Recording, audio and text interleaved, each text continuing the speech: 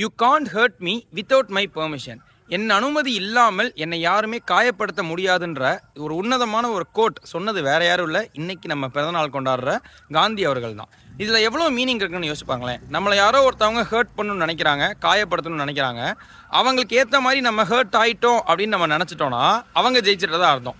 இல்லை, அதை தாண்டி நான் மகிழ்ச்சியாக இருக்க முடியும், நீ ஹர்ட் பண்ணணும்னு நினச்சாலுமே நான் வந்துட்டு அதை ஹர்ட் ஆக மாட்டேன்னு காமிச்சிட்டோன்னா நம்ம ஜெயிச்சிட்டதா அர்த்தம். ஸோ இந்த ஒரு உன்னதமான கோட்டை சொன்ன நம்ம காந்தி அவர்கள் காந்தி ஜெயந்தியை கொண்டாடுறதுக்காகவே நம்ம அடா 24/7 மேக்ஸிமம் ஆஃபர்ஸ் முக்கியமாக மெகா பேக்குக்கு போயிட்டு இருக்குது.